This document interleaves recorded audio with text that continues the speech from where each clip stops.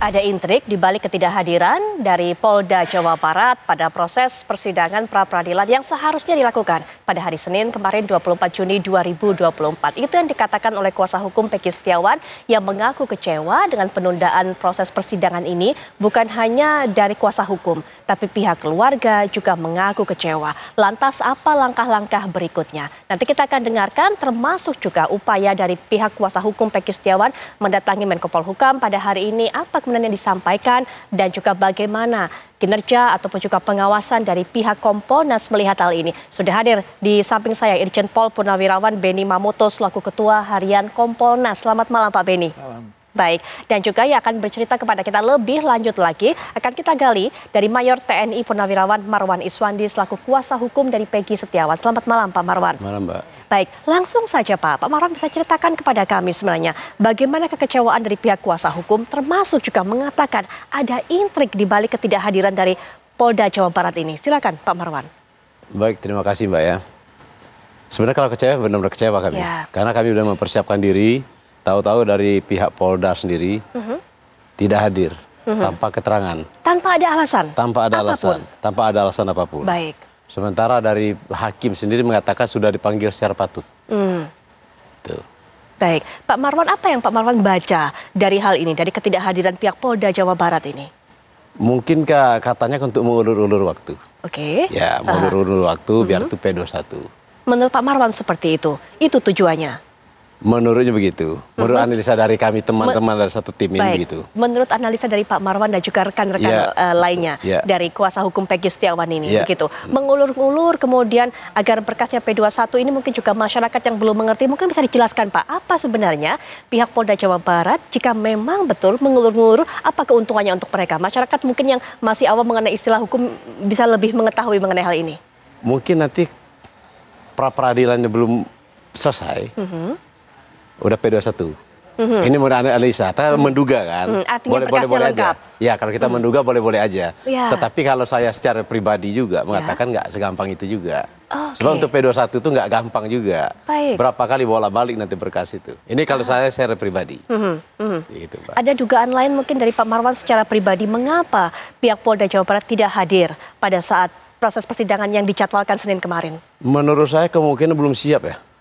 Mungkin ada kurang siap dari Polda. Kurang siap? Iya. Baik, apanya kalau menurut Pak Marwan yang belum siap? Nggak tahu saya, tapi menurut analisa kurang siap. Kurang siap, begitu. Pak Benny, silakan langsung ditanggapi. Karena begini Pak, pihak Polda Jabar pada hari Minggu itu menyatakan kepada media siap untuk bisa mengikuti proses persidangan besok. Sudah menyiapkan kuasa hukum dan sebagainya. Tapi kemudian tidak ada alasan yang bisa menjelaskan ketidakhadiran mereka, Pak Benny. Ya, kami memahami bagaimana kecewanya keluarga penasihat hukum dengan pengunduran sidang ini. Sangat memahami. Karena apa? Kami pun sudah siap. Kami sudah tanda tangan surat jalan, surat perintah nih, tim untuk berangkat. Karena kami akan mengawal jalannya persidangan sampai dengan nanti tidak hanya pra-peradilan, nanti ketika persidangan kasusnya juga kami akan pantau terus. Nah, dalam konteks ini, ketika kami kunjungan terakhir hari Jumat, disampaikan juga sudah siap semuanya. Makanya kami yakin sehingga kami pun sudah nyiapin tim. Nah, dalam kaitan ini tentunya banyak analisa ya yang muncul. Kalau tadi disampaikan mungkin belum siap. Ya. Atau mungkin ini ada trik mengulur supaya nanti P21 dulu. Saya sependapat Pak, nggak semudah itu. Nggak semudah itu, karena apa? Rencananya untuk rekonstruksi juga belum. Jadi rencananya setelah berkas dikirim, dipelajari oleh jaksa, kan ini jaksa yang akan nanti berjuang di pengadilan untuk membuktikan. Ya. Akan berhadapan dengan beliau-beliau ini nanti.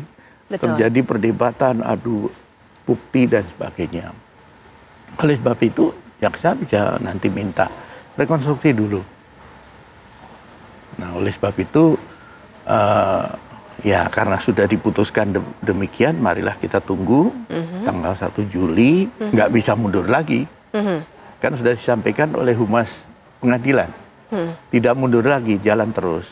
Baik, Pak Benny ketika kemudian mengunjungi pihak Polda Jabar pada hari Jumat, bertemu dengan mereka, dikatakan siap. Kesiapannya sejauh apa sebenarnya, Pak? Kesiapannya tentunya kami menerima paparan soal pembuktian, soal 2 alat bukti dan sebagainya. Kemudian bagaimana proses mengidentifikasi sampai dengan ketemu Peggy yang sekarang ini, itu panjang, semua sudah dipaparkan semua seperti yang disampaikan oleh Kadif Humas. Kami dijelaskan satu persatu. Nah, karena sudah dinyatakan sudah siap, makanya kami pulang ya kami sudah siap-siap juga. Oke. Ketika Senin kemudian tidak hadir, Pak, apa langkah Kompolnas? Apakah menanyakan kepada Polda Jabar apa yang menjadi alasannya? Itu yang sebenarnya sehingga kemudian saat ini, Pak, asumsi ini begitu terbuka di ruang publik. Iya.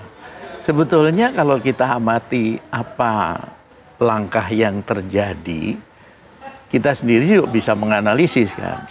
Kan ada proses pemanggilan, pemeriksaan, ya Pak ya.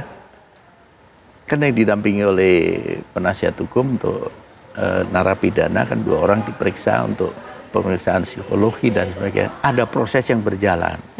Nah, apakah konteksnya itu untuk memperkuat dalam kaitan dengan pembuktian nanti di pra-peradilan, ya penyidik lah yang tahu. Tetapi yang jelas ada action. Bukan berarti kosong, tidak ada aktivitas apa-apa, tidak ada langkah-langkah apapun, tapi ada. Gitu. Oke, baik. Pak Benny, Pak Marwan, kita lihat terlebih dahulu. Ini adalah pernyataan dari Kabid Humas Polda Jawa Barat pada saat menyatakan kesiapannya di hari Minggu kemarin yang seharusnya menjadi H-1 dari sidang pra-peradilan kasus Peggy Setiawan. Kita lihat bersama. Kami akan menghadapi gugatan sidang pra-peradilan yang diselenggarakan terhadap gugatan penetapan tersangka PS. Tentu kami telah menyiapkan tim dari kuasa hukum Polda Jawa Barat. Sejauh ini kami sudah berkoordinasi juga dengan pihak pengadilan terkait dengan waktu pelaksanaan dari sidang pra-peradilan. Pak Marwan ada komentar melihat pernyataan dari Kabid Humas Polda Jawa Barat yang pada hari Minggu H-1, Pak. Ini menyatakan kami sudah siap semuanya, termasuk juga kuasa hukum dan sebagainya sudah siap. Ya, kalau melihat dari komentar itu kan sangat percaya diri sekali akan hadir. Tapi kenyataannya tidak. Ya, itu menjadi pertanyaan. Makanya menjadi timbul pertanyaan. Ada yang menganalisa trik intrik, ada yang menganalisa, saya bilang tidak segampang itu untuk trik intriknya kan. Menurut saya mungkin karena kurang siap. Ada juga yang mengatakan ini melecehkan pengadilan. Ada timbul pertanyaan-pertanyaan seperti itu. Ada yang mengatakan seperti itu, melecehkan pengadilan. Ya. Kenapa kemudian tindakan ini disebut sebagai atau dinilai melecehkan pengadilan? Karena sudah dipanggil secara patut tetapi tidak ada jawaban. Nah itu dianggap seperti itu. Maka sampai sekarang kan belum ada itu dari Polda Jawa Barat. Apa? Kenapa dia tidak datang kemarin gitu, Mbak? Baik, seharusnya hal seperti ini disampaikan begitu kepada publik, dijelaskan apa penyebabnya? Seharusnya disampaikan. Baik. Biar tidak menggelinding kemana-mana, Mbak. Ini kan seperti bola liar. Yang kasihan juga kalau saya sebenarnya sayang, Mbak, sama Polda Jawa Barat. Saya sayang sama Polda Jawa Barat. Kasihan. Karena masalah ini menjadi oleh masyarakat digoreng-goreng menjadi masalah gitu, Pak. Baik, Pak Benny, diharapkan sebenarnya Polda Jabar ini membuka, menjelaskan secara terang benderang apa yang menjadi alasannya, begitu? Ya, memang sebaiknya demikian. Sehingga nanti publik tidak menerka-nerka, kemudian tidak berspekulasi, yang nanti akhirnya juga akan merugikan. Transparansi menjadi penting. Transparansi menjadi penting. Ya. Baik, sejauh ini apa kemudian dilakukan oleh pihak Kompolnas? Ya, kami pertama mempertanyakan, kemudian disampaikan bahwa mereka sedang mempersiapkan tambahan. Jadi apa yang dilakukan kemarin 2 tambahan itu ya diantaranya itu. Artinya karena ini menjadi atensi publik maka harus seoptimal mungkin. Baik. Tidak boleh ada celah, tidak boleh. Kan ini dua pihak. Jadi penyidik bertanggung jawab untuk bisa membuktikan. Sementara dari pihak lawyer, dari pihak ini kan bagaimana untuk mematahkan ini berdasarkan bukti-bukti yang dimiliki. Saksi yang meringankan, ini segala macam sudah didatakan semua dan ini sudah diperiksa. Nah, oleh sebab itu tidak ada kata lain kecuali mari kita tunggu tanggal 1 Juli nanti. Ketika dibuka, publik akan tahu dan akan terjawab kenapa sampai hari ini. Satu catatan begini, kami kan hampir sering sekali lah menghadiri sidang pra peradilan. Terakhir kami di Denpasar, Bali, kasus yang itu istri anggota TNI itu. Kami hadir ke sana, sidang pra peradilan, sama, ditunda. Kemudian Banyumas, sama, ditunda. Dengan alasan yang sama, dengan ini, untuk memperkuat bukti-bukti dan sebagainya? Arahnya ke sana lah. Baik. Arahnya. Baik, jadi ini hal normal Pak ya, hal biasa seperti ini? Ini kalau didata jumlah pra peradilan yang ada, di mana Polri digugat, berapa persen yang sidang pertama tidak hadir?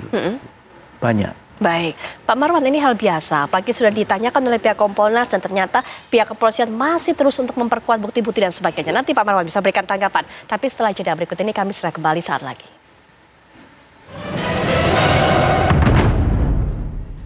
Kita kembali lanjutkan perbincangan. Sudah dijelaskan Pak Marwan tadi oleh Pak Beni bahwa pada proses pra peradilan ini kemudian banyak sekali pada sidang perdana, sidang pertama ini akhirnya mundur. Begitu kan? Bahkan ini mayoritas kalau tadi kata Pak Beni. Artinya ini hal yang normal, hal yang wajar. Pandangan Pak Marwan? Kalau menurut saya ya, pandangan saya, semuanya harus jelas terbuka. Kalaupun ini ada disampaikan ke publik, biar publik tidak menjadi tanda tanya. Di sini saya mau menyampaikan juga Mbak ya. Ini ada ini, mohon izin Jenderal. Ini waktu pemeriksaan psikologi, klien kami ini diminta sidik jari di kertas yang kosong. 4 kertas. Tanpa melibatkan dari penasihat hukum. Nah, orang tuanya tanda tanya, menanyakan kepada kami. Nah, akhirnya kan perkara seperti ini, kebetulan juga tim saya bertanya ke penyidik, ini keperluannya untuk apa? Penyidik mengelak, dia bilang tidak. Padahal dari si Peggy Setiawan sendiri mengatakan iya. Nah, ini kan seperti ini kan tidak ada keterbukaan, ini kan terus seperti bola liar. Seperti ini jangan sampai ada maksud saya celah. Celah orang untuk menyerang daripada Polda. Harus seperti ini kan ada celah dari netizen, ada apa? Kenapa? Hanya Peggy yang diminta sidik jarinya atau ada orang tua atau mungkin terpidana lain? Peggy. Peggy saja? Ya, menjadi pertanyaan. Nah, seperti di 4 kertas kosong? Di 4 kertas kosong. Nah, ditanya oleh tim saya ke penyidik, buat apa? Mengelak. Kalau dia jelaskan, nah seperti ini kan transparan. Seharusnya transparan, dijelaskan ke masyarakat. Ini tujuan untuk ini, untuk ini. Itu lebih bagus. Nah, seperti ini, jangan menjadi maksud saya ada celah. Celah, orang akan menjadi timbul tanya. Yang ini akan digoreng oleh netizen, yang orang nggak suka akan menggoreng. Baik. Sama seperti tadi, pertanyaan tadi, kenapa tidak datang ke pra peradilan? Dijelaskan, masalahnya ini. Mungkin dari masyarakat, dari netizen, semuanya akan menerima. Jadi tapi kalau tidak dijelaskan, menjadi pertanyaan. Menurut Pak Marwan, tidak hadir itu hal yang biasa, hal yang wajar, tapi yang harus disampaikan adalah alasannya, itu yang diminta. Diminta begitu, minimal ada alasan. Baik. Ya, kalau tidak ada alasan tadi, kan harus saya sampaikan. Bisa juga anggapan orang melecehkan. Karena tidak ada alasan. Baik. Karena sudah dipanggil secara patut. Ada juga mengatakan trik and trik. Ada juga macam-macam lah. Belum siap. Nah, seperti ini. Disampaikan oleh Polda gitu. Ada hal-hal yang menunjukkan ketidakterbukaan Polda Jabar. Hingga saat ini masih dirasakan oleh Bapak selaku kuasa hukum Peggy? Saya merasakan. Selain tadi, selain masalah diminta sidik jari, selain kemudian masalah alasan ketidakhadiran, ada lagi, Pak? Untuk sementara ini saya belum. Tapi itu tidak terbuka. Ini baru kita alami, ini tidak terbuka seperti ini. Seharusnya terbuka aja. Terbuka, tidak ada masalah kok. Baik, di beberapa perbincangan sebelumnya, Pak Beni, kita sering mendengar salah satu kritik ataupun juga atensi dari pihak masyarakat, pengamat hukum dan sebagainya, meminta pihak Polda Jabar untuk lebih terbuka. Ini termasuk juga disuarakan oleh berbagai kuasa hukum dari orang-orang yang terlibat dalam kasus ini. Tapi hingga saat ini ternyata menurut catatan dari kuasa hukum Peggy, masih ada masalah di ketidakterbukaan, tidak transparannya, Pak Beni. Ya, kami dari Kompolnas sendiri kan sering terima aduan. Dari aduan itu kesimpulan kami 2. transparansi komunikasi. Oke. Transparansi ini menjadi penting. Contoh tadi, ketika ngambil sidik jari di kertas, saya sebagai mantan penyidik bingung, kok di kertas? Seharusnya apakah pakai tinta atau tidak? Kan ada ini yang ngambil sidik jari itu ya biasanya dari Inavis. Secara teknis dia yang tahu. Tujuannya apa perlu dijelaskan dan sebagainya. Ini sekali lagi untuk mengurangi dugaan-dugaan, salah tafsir dan sebagainya. Jadi dalam konteks transparansi ini apa yang perlu dikomunikasikan sampaikan.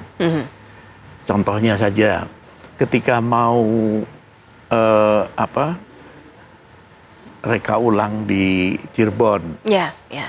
Kan waktu itu kami sudah dapat informasi, Pak ini akan ada rekonstruksi, nanti Kompolnas akan diundang. Oke, tolong waktunya nanti diinfokan sebelumnya supaya saya bisa atur jadwal.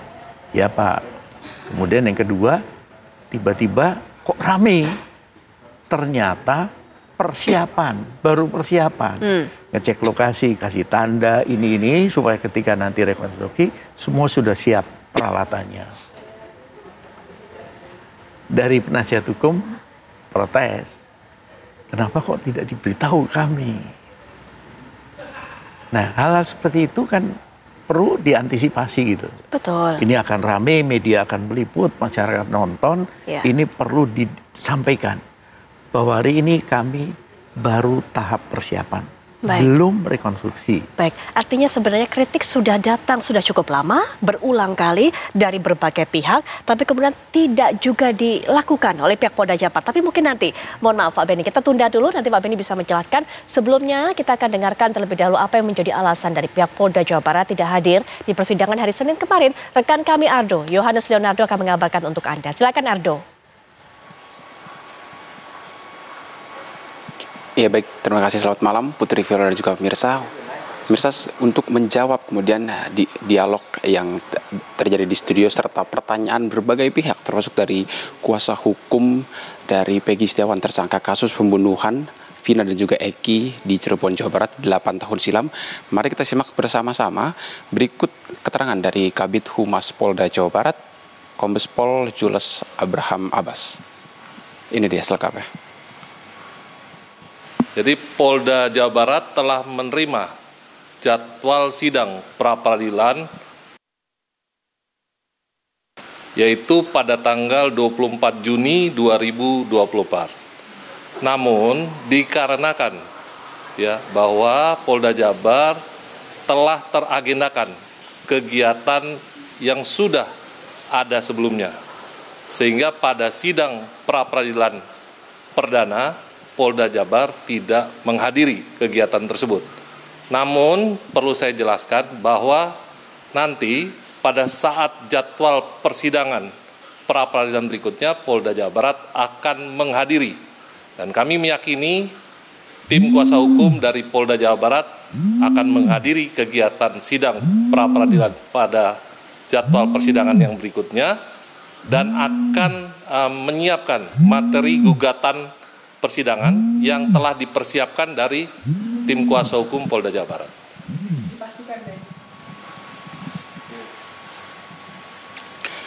Ya pemirsa, demikian pernyataan singkat dari Kabid Humas Polda Jawa Barat, Kombes Pol Jules Abraham Abbas saat berjumpa dengan wartawan kurang lebih sekitar malam hari ini tadi, di mana memang jawaban tersebut sekaligus mengklarifikasi serta meluruskan apa yang kemudian menjadi pertanyaan para kuasa hukum, tidak hanya kuasa hukum tapi juga awak media dan juga masyarakat yang sejak penundaan sidang pada hari Senin 24 Juni 2024 kemarin ini bertanya-tanya kemudian mengapa tim bidang hukum Polda Jawa Barat ini tidak hadir atau urung hadir dalam persidangan perdana gugatan pra-peradilan yang diajukan oleh tim kuasa hukum Peggy Setiawan.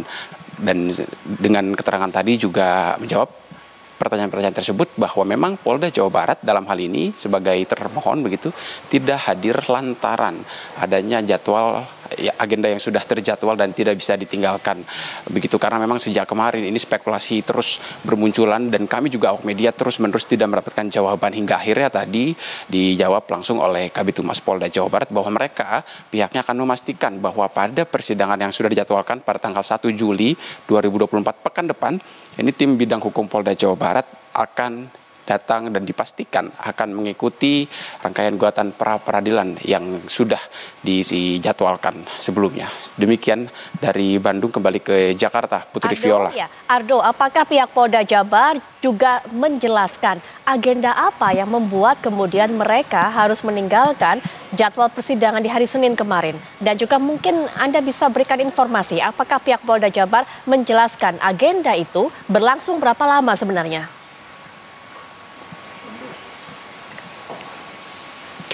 Ya baik, Putri Viola dan juga pemirsa, menjawab pertanyaan tersebut. Memang tadi Polda Jawa Barat melalui Kabid Humasnya ini mengonfirmasi bahwa ketidakhadiran mereka lantaran ada sebuah agenda yang kemudian tidak dapat ditinggalkan. Namun kemudian apa kemudian agenda yang tidak dapat ditinggalkan tersebut sehingga harus untuk terpaksa untuk kemudian tidak menghadiri sidang perdana gugatan pra peradilan yang sudah juga terjadwal pada tanggal 24 Juni. Namun sayangnya Polda Jawa Barat tidak meluruskan ataupun juga tidak memberikan penjelasan yang lebih mendalam terkait agenda apa yang kemudian mendesak sehingga tidak dapat membuat tim bidang hukum Polda Jawa Barat yang sebelumnya telah mengonfirmasi dan memastikan diri bahwa telah siap untuk hadir, namun sayangnya tidak dapat hadir sehingga Hakim Tunggal Eman Sulaiman di Pengadilan Negeri Bandung, Jawa Barat kemarin pagi ini memutuskan untuk sidang ditunda hingga hari Senin 1 Juli 2024 mendatang. Putri Viola. Baik, Ardo, terima kasih untuk informasi yang sudah Anda sampaikan. Pak Marwan, ini yang dinantikan. Ada keterangan dari pihak Polda Jawa Barat dan itu yang menjadi alasan ternyata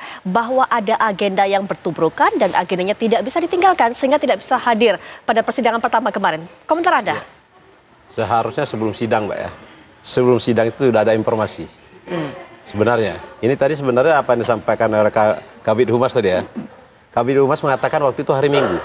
Mengatakan sudah siap.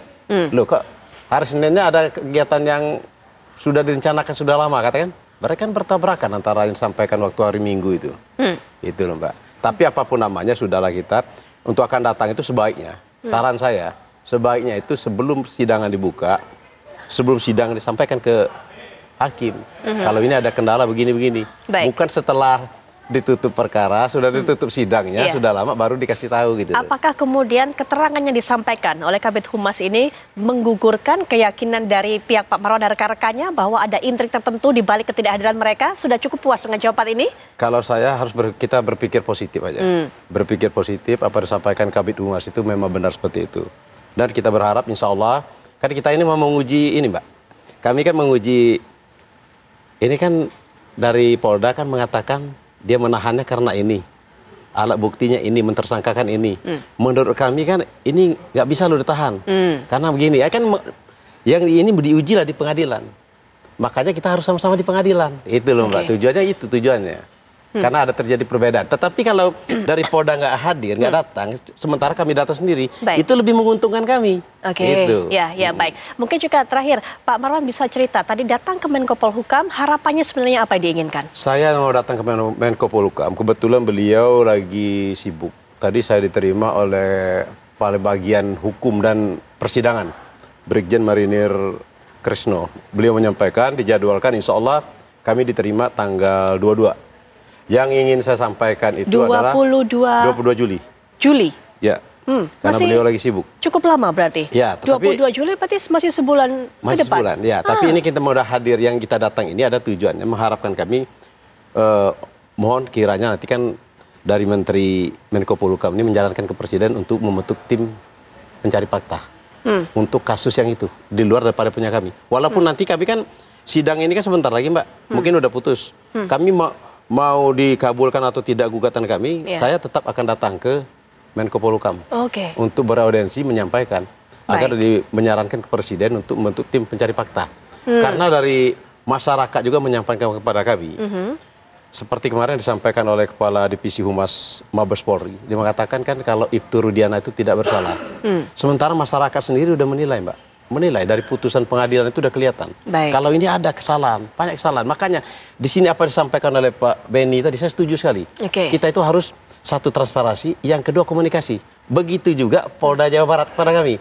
Kami kan penegak hukum juga. Nah, harapan kami ini, harapan kami ke depan, biar kami tidak beranggapan ada dusta di antara kita. Komunikasi lebih terbuka.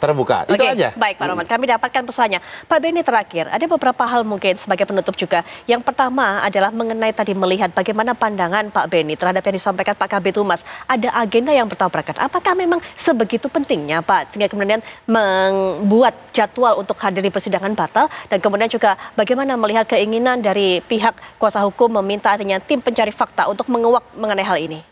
Ya, yang pertama, yang akan hadir di sidang nanti itu adalah kuasa hukum dari Polda. Biasanya yang ditunjuk adalah dari Bitkum Polda yang nanti akan mewakili. Nah, tergantung agendanya Bitkum, tim yang sudah ditunjuk ini kegiatannya apa.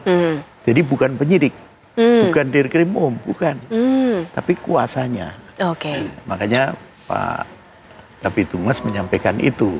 Nah, apakah tim ini atau salah satu anggota ataupun ketuanya mungkin ada agenda dan sebagainya sehingga tidak bisa menghadiri sidang seperti itu.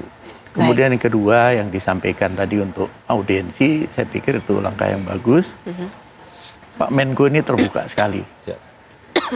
Sejak beliau di Kementerian ATR BPN itu menampung curhat keluhan masyarakat. Jadi apapun yang akan disampaikan beliau pasti respon, kemudian juga nanti menyangkut tim mencari fakta segala macam, pasti ada tim yang mengkaji, kemudian nanti akan ditindaklanjuti. Baik, Pak Benny, terima kasih sudah hadir memberikan pandangannya. Terima kasih juga Pak Marwan sudah menceritakan apa yang menjadi sudut pandang dari kuasa hukum Peggy Setiawan. Dan pemirsa, kita jeda sejenak. Saat kami kembali, rekan saya Ken Ane juga akan memberikan data fakta bagaimana perjalanan kasus pembunuhan Vina Eki ini setelah jeda berikut ini. Kami segera kembali.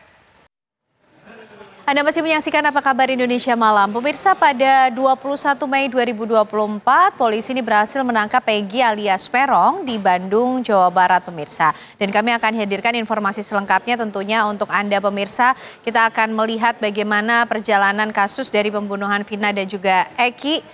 Pemirsa, yang terus bergulir prosesnya. Kita mulai dari 21 Mei 2024, di mana polisi ini pada saat itu akhirnya berhasil menangkap Peggy di Bandung, Jawa Barat. Kemudian 22 Mei 2024, satu hari berikutnya, keluarga Peggy membantah bahwa Peggy terlibat dalam pembunuhan Vina dan juga Eki 8 tahun silam. Di 26 Mei 2024, polisi merilis bahwa Peggy merupakan otak utama dan juga ada 2 DPO lainnya yang kemudian dianulir.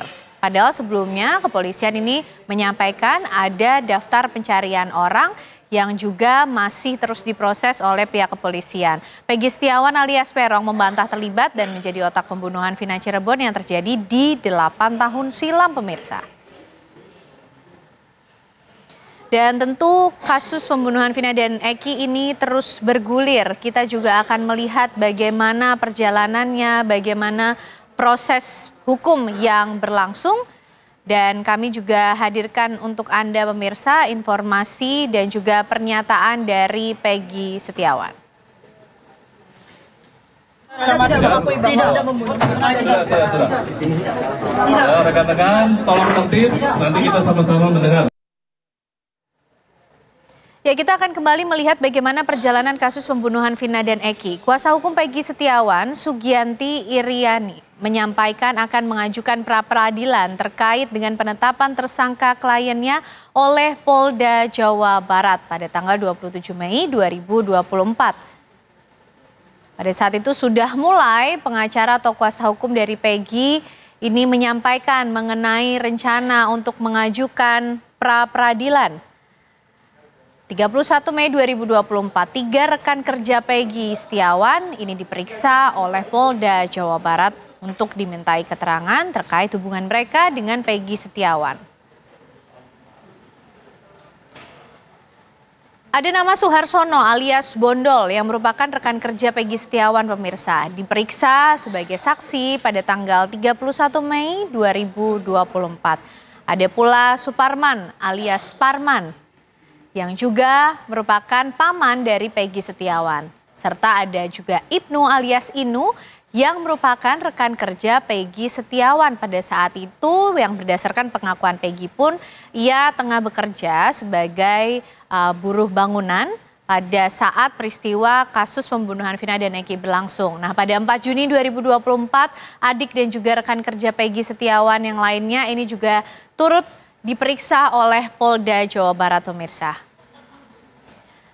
Yadi yang merupakan rekan kerja Peggy Setiawan juga ikut diperiksa dan ia menyatakan mengetahui keberadaan Peggy pada saat peristiwa berlangsung. Ada pula adik dari Peggy yaitu Robi Setiawan yang meyakini bahwa kakaknya tidak terlibat dalam kasus pembunuhan Vina dan Eki.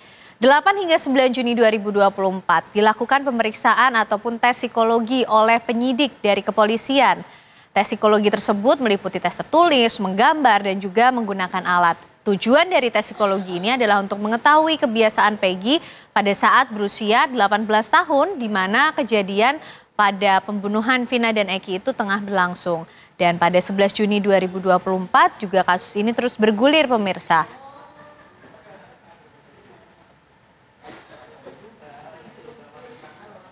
Pada bulan Juni 2024, 22 pengacara yang mendampingi pra-peradilan Peggy Setiawan ini terus melanjutkan proses yang kemudian sudah direncanakan sejak awal. Mereka akan menempuh pra-peradilan untuk kliennya Peggy Setiawan. 24 Juni 2024 yang terbaru, sidang pra-peradilan ini ditunda setelah pihak termohon tidak hadir dalam sidang ini pemirsa. Kami tentu masih akan menghadirkan informasi lain yang berkenaan dengan perjalanan kasus dari pembunuhan Vina dan Eki hingga hari ini. Usai jeda kami hadirkan untuk Anda.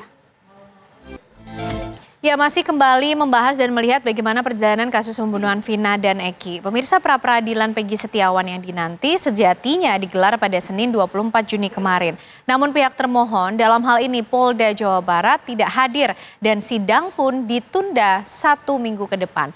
Publik mungkin bertanya-tanya mengapa Peggy yang telah ditetapkan sebagai tersangka pembunuhan Vina dan Eki mengajukan pra-peradilan. Berdasarkan keterangan kuasa hukum Peggy, ada sejumlah hal yang melatar belakangi pra-peradilan diajukan. Antara lain adanya kejanggalan dalam penangkapan Peggy. Peggy ditangkap tanpa adanya bukti yang cukup kuat dan hanya mengandalkan kesaksian yang dianggap sumir. Tentu menjadi tantangan bagi penyidik untuk dapat membuktikan hal ini keliru. Ya, pertimbangan berikutnya kenapa kemudian Peggy mengajukan pra-peradilan adalah penangguhan penahanan Peggy yang ditolak oleh pihak kepolisian.